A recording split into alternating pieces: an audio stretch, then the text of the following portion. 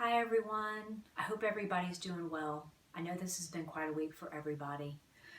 With the stay-at-home order, I think it's got everybody feeling even more out of sorts than before. So I hope that you're doing well and that you've kind of figured out how to navigate all of this with your families and all that sort of thing. So my wish for you is that you're doing okay. Um, it's been an interesting week. So I wanted to check in and talk with you guys a little bit about things that I'm feeling myself, some things that I've seen in the clinic. Um, I have decided to close the clinic for the month of April, so I will be back in May. So for now, this is going to be our platform that we can communicate and talk to each other. So thank goodness that we have the virtual world that we can communicate with one another during this crazy time. You know, it is a blessing that we can use FaceTime and Facebook and Zoom and all these platforms to be able to communicate, to be able to gain knowledge, all those sorts of things. I mean, amidst all of this craziness, it is amazing that we do have these tools that we can still be together, even if we can't be together in the physical sense. So I feel very, very blessed that we have these things. And so I'm so happy to be able to talk to you today. So the first thing that I wanted to talk to you about was what I'm seeing as far as this grief process that everybody is in the midst of.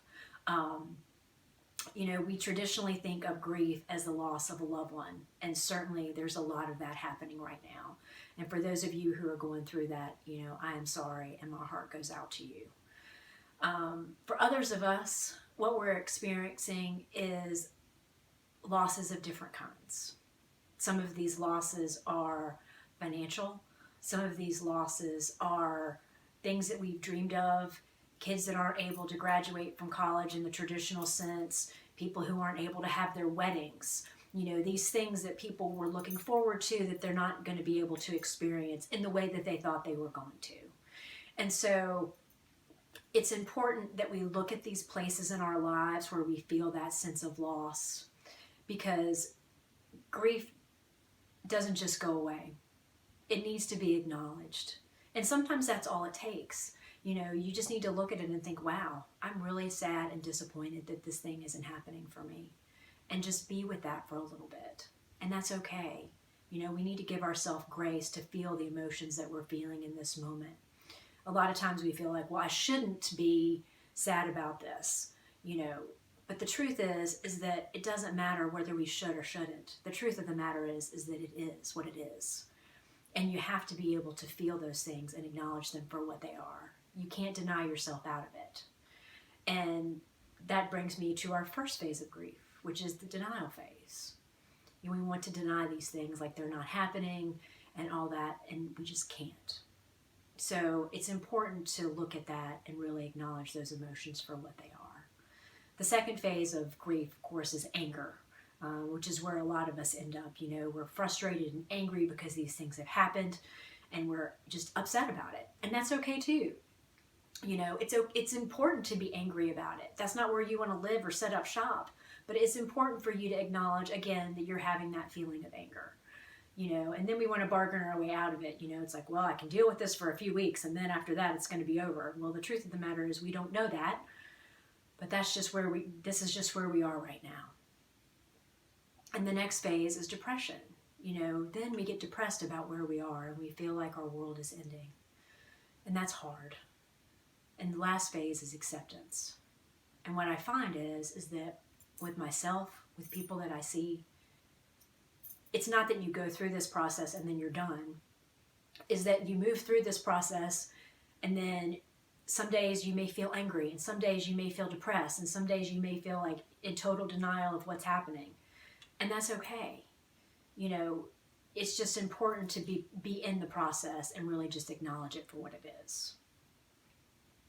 The reason that this is important, and the reason that I'm talking about this, is that from a Chinese medicine standpoint, grief has to do with the metal element that is comprised of the lungs and the large intestine. And so if we deny our grief, then our lungs are doing double duty and trying to deal with our physical breathing, our immune system, all of those things, and it's also trying to cope with our grief. If if we're shining a light on that grief, then that lightens the load for our body because we're actually acknowledging it and we can move through it and release it. But if we're not, then it takes a lot of energy for our body to try to deal with that emotional side as well as the physical side. So that's why it's important from our standpoint.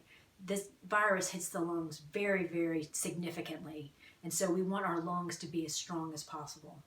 So that's the reason that we're talking about this today, because not only is it overall healthy for your emotions, but this is also important for the health of your body.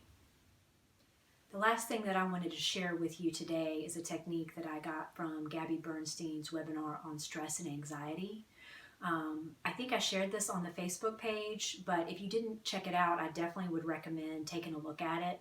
I will, in the comments below, I will leave a link to that webinar, so please check it out. She's got an EFT tapping on anxiety and also some other really great resources for, for stress and anxiety. So I certainly would recommend checking that out. But the one thing within that webinar that really resonated with me, and I had already actually forgotten that I had learned this from her years ago, involves hand postures called mudras.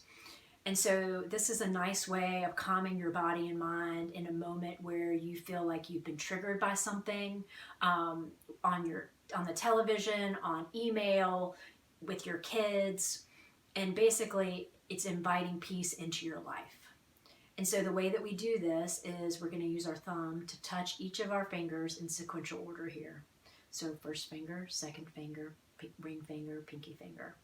As you do this, and you can say this out loud or in your head, it doesn't matter. Peace begins with me. Peace begins with me. And so, as I said, I feel like using this technique is like you're calling in the peace. And peace is something that we can all use a little bit more of right now. Things are chaotic in our world. Things are chaotic in our homes with everybody being home and kids trying to do school and parents are working and all these sorts of things. And so, it's important to try to bring ourselves back to center. And I like things that are quick and easy to use, like the 4-7-8 breathing you can use anywhere. This you can use anywhere. And so I hope that this is helpful for you. And thank you so much for joining me. And I look forward to seeing you next time.